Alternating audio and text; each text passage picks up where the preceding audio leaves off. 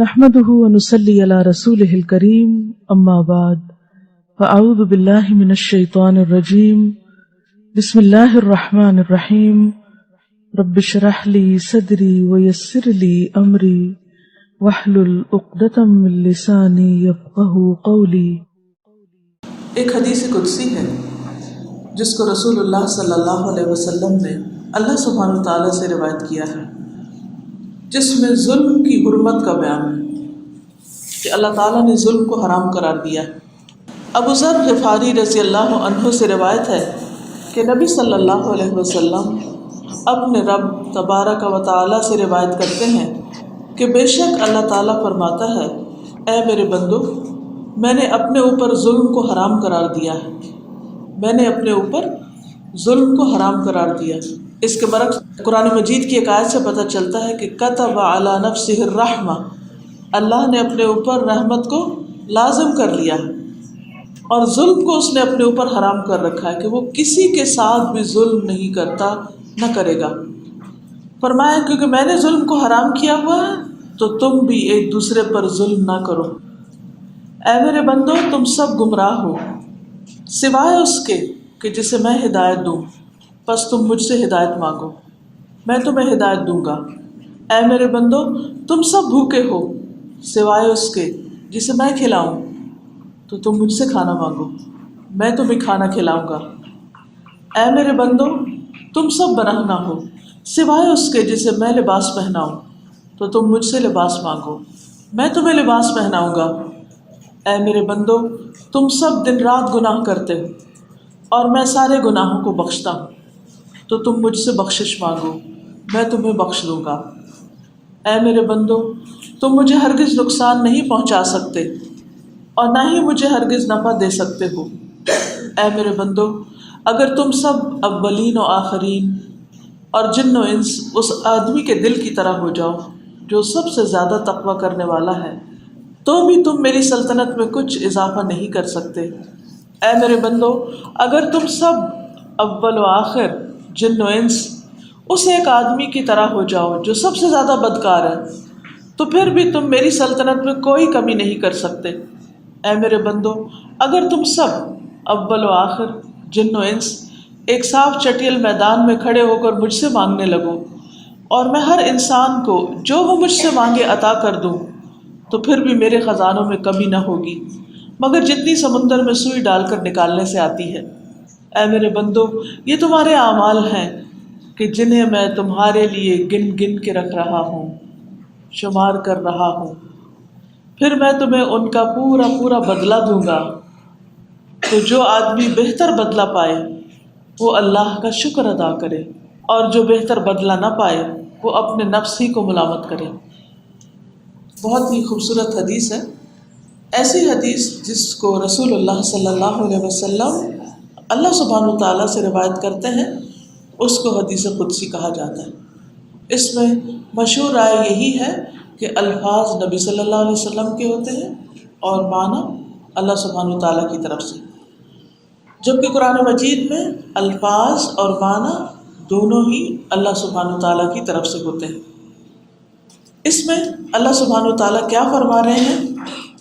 سب سے پہلے یا عبادی، اے میرے بندو، اللہ تعالیٰ اپنے بندوں کو پکار رہے ہیں کہ اے میرے بندو، کیا انی حرمت الظلم علی نفسی، میں نے ظلم کو اپنے اوپر حرام کر رکھا ہے، تم بھی ایک دوسرے پر حرام کر دو، تم بھی ایک دوسرے پر ظلم نہ کرو۔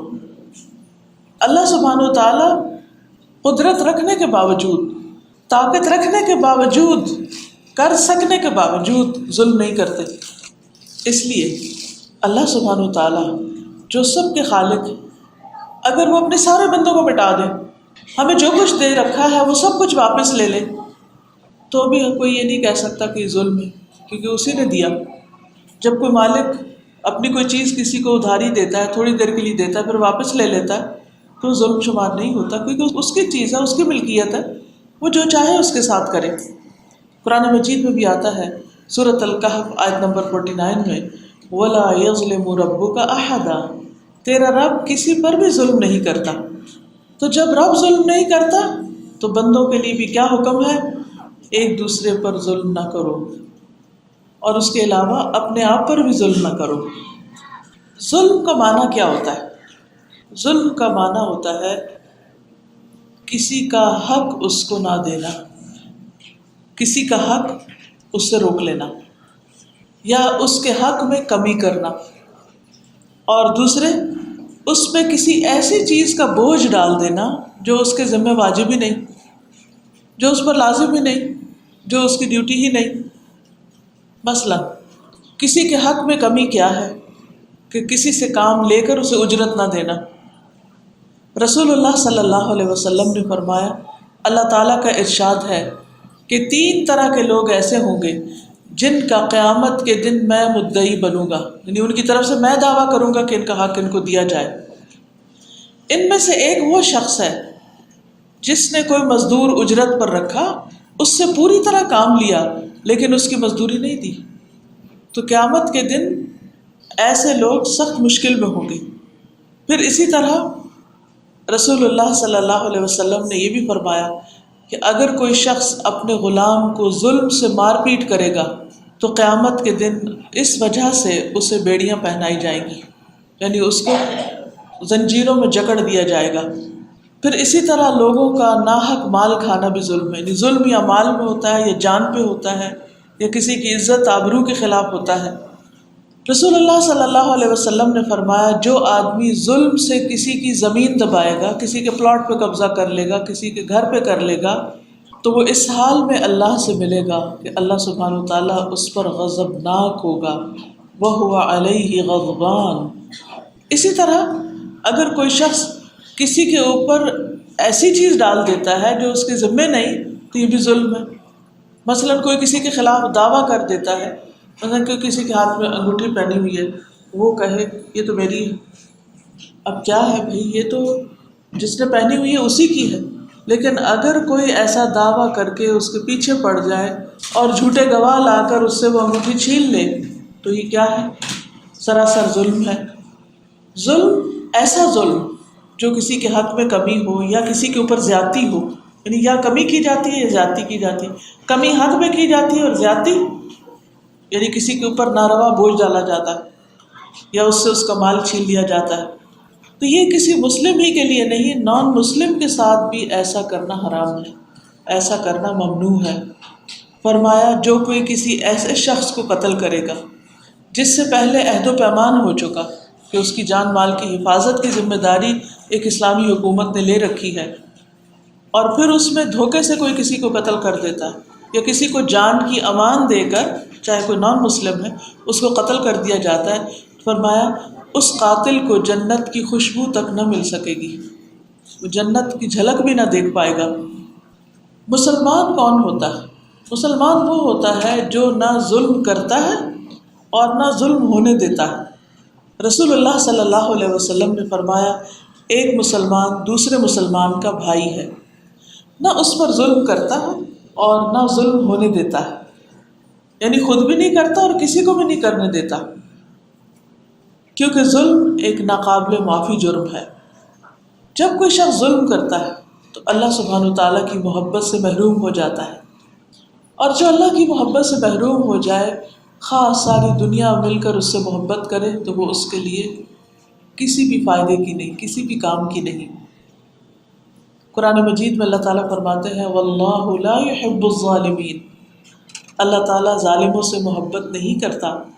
ایک اور جگہ پر فرمایا، انہ لا یفلح الظالمون، بے شک ظالم لوگ کامیاب نہیں ہو سکتے۔ یعنی آپ دنیا میں کسی بھی طاقت کی وجہ سے دوسرے کا حق مار جائیں تو مار جائیں، شاید کوئی آپ کو پوچھ نہ سکے، لیکن قیامت کے دن ایسے لوگ کبھی بھی فلاح نہیں پائیں گے۔ ظلم کرنے والوں پر اللہ کی لعنت ہوگی اور ان کے لیے برا گھر ہے۔ قرآن مجید میں سورۃ غافر 52 میں فرمایا، یوم لا ينفع الظالمین معذرتہم، جس دن ظالموں کو ان کی معذرت، ان کا ایکسکیوز کرنا کچھ بھی کام نہ دے گا، کچھ بھی فائدہ نہ دے گا، اور ان کے لیے لعنت ہے، اللہ کی رحمت سے محرومی ہے اور برا گھر ہے۔ پھر اسی طرح یہ ہے کہ سوال یہ پیدا ہوتا ہے کہ اگر یہ اتنا بڑا ظلم ہے تو اللہ تعالیٰ پھر کسی کو کرنے کیوں دیتا ہے؟ تو بات یہ ہے کہ اللہ سبحانہ و تعالیٰ نے چونکہ یہ دنیا ایک امتحان کے لیے بنائی ہے اور اس کے لیے مختلف لوگوں کو مختلف طرح کی طاقت دی. کسی کو مال کی طاقت دی، کسی کو علم کی طاقت دی، کسی کو کوئی اختیار پاور دی، اور اس کے مقابلے میں باقی بہت سارے لوگوں کو وہ صلاحیت نہیں دی، وہ چیز نہیں دی. اب کیا ہوتا ہے کہ جب کسی کو کوئی نعمت ملتی ہے تو اس کے ساتھ ہی اس کی آزمائش بھی آ جاتی ہے. دنیا میں کوئی بھی چیز فری نہیں ہے. جب کوئی آزمائش آتی ہے تو ساتھ اجر آ جاتا ہے، اور جب نعمت آتی ہے تو ساتھ امتحان ہوتا ہے اس کا کہ یہ شخص اب استعمال کیسے کرتا ہے، صحیح راستے میں کرتا ہے یا دوسروں کے ساتھ ظلم اور زیادتی کرتا ہے. اور پھر اس کے لیے اللہ تعالیٰ ظالم کو مہلت بھی دے دیتا ہے، وقت بھی دے دیتا ہے، لیکن ہمیشہ کے لیے نہیں. ایک مخصوص پیریڈ آف ٹائم ہوتا ہے کہ جس میں دیکھا جاتا ہے کہ یہ شخص کرتا کیا ہے. اب جو ظالم ہوتا ہے وہ ظلم کر رہا ہوتا ہے، اور کچھ لوگ اس کا ظلم سہ رہے ہوتے ہیں کیونکہ ان کے پاس کوئی طاقت نہیں ہے اس ظلم کو ہٹانے کی، کیونکہ وہ کمزور ہیں، مجبور ہیں. ایسی صورت میں ان مظلوموں کے لیے ہر لمحے کی تکلیف کے عوض اللہ سبحانہ تعالیٰ آخرت کا بہترین اجر لکھ لیتا ہے اور انہیں بہترین طریقے سے کمپنسیٹ کیا جائے گا. لیکن ظالم ہر لمحے اپنی نیکیوں سے ہاتھ دھو رہا ہوتا ہے اور اپنے لیے مزید مشکلات کھڑی کر رہا ہوتا ہے. تو اس لیے ہم سب کے لیے لازم ہے کہ وہ تقوی والی زندگی بسر کرے، احتیاط والی زندگی بسر کرے. کسی کی جان، کسی کی مال، کسی کی عزت و آبرو اور کسی کے کسی حق میں قطعاً ظلم نہ کرے، کیونکہ ظلم قیامت کے دن اندھیروں کی شکل میں ہوگا، اور معمولی سمجھے جانے والے ظلم پر بھی سزا ہے قیامت کے دن. مثلاً نبی صلی اللہ علیہ وسلم نے فرمایا جو شخص ناحق زمین کا کوئی حصہ صرف ایک بالش یہ ہوتی ہے ایک ہاتھ 1 ہینڈ، اگر کوئی شخص ظلم کے ساتھ کسی کی زمین کا صرف ایک ہاتھ چھین لیتا ہے، جیسے اسکوائر فٹ کہہ لیں، لیس دین اسکوائر فٹ، تو قیامت کے دن کیا ہوگا؟ قیامت کے دن اس شخص کو مجبور کیا جائے گا کہ وہ اسے 7ویں زمین تک کھودے، ڈگ کرے، اور پھر وہ اس کے گلے میں توق بنا کر ڈال دیا جائے گا. یعنی اتنا حصہ، جیسے یہ پلر ہے نا، مثلا اگر صرف اتنی زمین اس نے لی ہے تو اس کو نیچے تک اتنا حصہ وہ نکالے گا اور پھر وہ اس کے گلے میں پہنا دیا جائے گا. تو آپ سوچئے کہ اگر کوئی شخص آپ کے گلے سے لٹکے یا کوئی چیز آپ کو گلے سے پکڑ کے کھینچے تو کتنی سخت تکلیف ہوتی. کہاں یہ کہ کسی کی زمین کا چھوٹا سا ٹکڑا بھی، بعض اوقات ہوتا ہے نا کوئی دیوار بنا رہا ہوتا ہے تو اپنی جگہ سے ہٹ کے دوسرے کی جگہ پر قدم رکھ دیتا ہے یا وال کھڑی کر دیتا ہے یا دھوکے کے ساتھ لے لیتا ہے، تو یہ کوئی معمولی جرم نہیں، بہت بڑا ظلم اور بہت بڑا جرم. سوچئے ان لوگوں کے بارے میں جو بہنوں کو وراثت سے محروم کر دیتے ہیں، جو جائیدادوں پر ناحق قبضہ کر لیتے ہیں، جو ان کو ان کا حق نہیں دیتے، ان کی زمینوں پر، ان کے مکانوں پر اور ان کی باقی پراپرٹی پر ظلماً جبراً قہراً اپنا قبضہ جما لیتے ہیں. ان کا پھر حال کیا ہوگا؟ اگر 1 فٹ جگہ معاف نہیں تو کئی مربع زمین کہاں سے معاف ہو سکتی؟ اور دنیا میں انسان کتنا بھی بڑا مالدار ہو جائے، کتنا کچھ بھی اکٹھا کر لے، وہ ایک دن اسے چھوڑ کر جانا ہے. آخرت میں تو آپ دیکھیے کہ انسان کا جتنا قد ہوتا ہے، 5 فٹ ہے تو 5 فٹ، 3 فٹ ہے تو 3 فٹ کا گڑھا اس کو نصیب ہوتا ہے، اور کبھی وہ بھی نہیں ہوتا. قبر کتنی بڑی جگہ ہے، کتنا بڑا مقام. اسی کا چھوٹے سے چھوٹا بھی جو بیڈ روم ہو، چھوٹے سے چھوٹا، اس سے بھی چھوٹا، کہ 2 فٹ چوڑا، 5 فٹ لمبا، زمین میں گڑھا، یہ ہے وہ گھر، یہ ہے وہ کمرہ جو ہمارے پاؤں کے نیچے، زمین کے نیچے ہے. اس میں معلوم نہیں کتنے سال اور کتنی صدیاں رہنا ہے. 2-4 روز پہلے میں اپنا شجرہ نسب دیکھ رہی تھی کہ میرے والد کے والد کے والد کے والد کے والد کون تھے. آپ یقین کریں کہ جب میں ایک ایک نام کو پڑھ رہی تھی تو میرے دل کی بڑی عجیب حالت تھی. میں سوچ رہی تھی کہ یہ اس وقت کہاں ہے.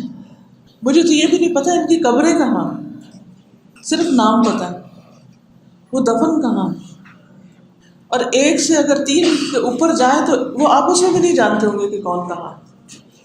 ہم لوگ بھی زیادہ زیادہ اپنے دادا تک جانتے ہیں، میکسیمم کچھ لوگ پردادا تک جانتے ہوں گے، یہ نام سن رکھا، اس سے آگے کون تھا، اس کا نام کیا تھا. اور اگر کوئی ہمیں کہے نا کہ یہ نام یاد بھی کر لیں تو ہم سے یاد بھی نہیں ہو سکتے.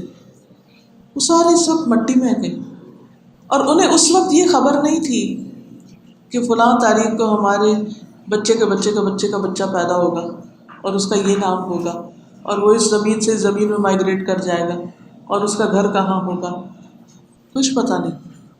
لیکن وہ سب میں کامن کیا چیز ہے، ان سب میں میرا امیجنیشن اس طرح کام کر رہا تھا کہ وہ جیسے زمین کی ایک تصویر سامنے آتی ہے نا ایک گلوب کی، کہ اس گلوب کے اندر جیسے کئی نشان لگے ہوتے ہیں نا، اس طرح ایک یہاں پڑا، ایک وہاں پڑا، ایک وہاں پڑا، ایک وہاں پڑا، ایک وہاں پڑا. کیونکہ ایک جنریشن ایک جگہ گھر بناتی، دوسری کہیں اور چلی جاتی، تیسری پھر کہیں اور چلی جاتی، پھر کہیں اور، پھر کہیں اور، کہاں سے کہاں، کہاں سے کہاں.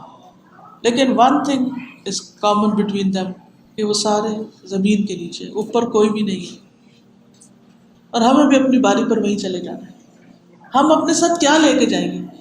تو میں سوچ رہی تھی کہ ان میں سے معلوم نہیں کون کون جنت میں جائے گا اور کون کون نہیں جائے گا، اور وہ کیوں نہیں جائے گا. اللہ عالم، سب فیصلے اللہ کے پاس ہے، سب کا پورا پورا حساب ریکارڈ اللہ کے پاس ہے. ہمیں تو یہ بھی نہیں پتا ان میں سے کس کے کتنے بچے تھے، وہ کس علاقے میں رہے، انہیں کیا کھانے پسند تھے، وہ کیسے کپڑے پہنتے تھے، وہ غریب تھے یا امیر تھے، کچھ پتہ نہیں. بس ہم ان کی نسل سے، ان کی اولاد سے. تو انسان کی حقیقت تو یہ ہے کہ کچھ سالوں کے بعد اس کے اپنا خون اس کو نہیں پہچانتا، وہ اپنے خون کو بھی نہیں جانتا، اپنے باپ دادا کو بھی نہیں جانتا. ہمارے علم کا حال تو یہ ہے، اور ہم نے بھی جا کے مٹی میں گم ہو جانا ہے، کسی نے نہیں جاننا ہم کون تھے. تو اس لیے سوچ سمجھ کے اپنے ساتھ چیزیں اکٹھی کر کے لے جائیں اس زمین میں سونے کے لیے، آرام دہ جگہ بنائیں. کسی کے مال کی ایک سوئی بھی آ گئی ہے نا، اس کو بھی لوٹا دیں، نکال دیں اس کو، اس میں سے کوئی ضرورت نہیں اس کے رکھنے کی. ہمارے کس کام کی کہ ہم دوسروں کا مال اکٹھا کر کے اپنے میں ڈال کے اور اپنی قبر میں لے جائیں اور وہاں مصیبت بھگتیں. پھر یہ بھی یاد رکھیں کہ ظلم کے نتیجے میں نیکیاں بھی کام نہیں آئے گی. رسول اللہ صلی اللہ علیہ وسلم نے فرمایا قیامت کے دن ایسا آدمی آئے گا جسے یہ امید ہوگی کہ وہ اپنی نیکیوں کے بلبوتے پر نجات پا جائے. اس نے جن پر ظلم کیا ہوگا وہ آ کر اس سے نیکیاں لینے لگ جائیں گے حتیٰ کہ اس کی اپنی نیکیاں ختم ہو جائیں گی. پھر ایک مظلوم آئے گا، اب تو اس کی نیکیاں بھی ختم ہو چکی، لہذا مظلوم کی برائیاں اس کے کھاتے میں ڈال دی جائیں گی، اور اس طرح مظلوم کے گناہوں کا بدلہ بھی اس کو بھگتنا پڑے گا. پھر ہم سمجھتے کہ اچھا شاید کسی کی پراپرٹی لینا بڑا ظلم ہے، یا کسی کا مال چرانا، کسی کا گولڈ اٹھا لینا، کسی کا کیش چرا لینا، شاید یہی کوئی بہت بڑا ظلم ہے. یاد رکھیے کہ کسی کا ناحق ایک لقمہ بھی کھانا اور ناحق کسی کا کپڑا پہننا بھی ظلم ہے. یعنی بڑی بڑی وراثت کی جاگیریں ہڑپ کرنا تو ہے ہی، چھوٹی چیزیں بھی کھانا منع ہے. رسول اللہ صلی اللہ علیہ وسلم نے فرمایا جس نے کسی مسلمان کا ناحق ایک لقمہ بھی کھایا اللہ تعالیٰ اسے اتنا ہی جہنم کا لقمہ کھلائیں گے. جس نے کسی مسلمان کا ناحق کپڑا پہنا اللہ تعالیٰ اسی کے بقدر اسے جہنم کا کپڑا پہنائیں. تو انسان ان معاملات میں بہت ہی کانشیس ہو، کیئرفل ہو. سبحانک اللہم و بحمدک نشہد ان لا الہ الا انت نستغفرک و نتوب الیک.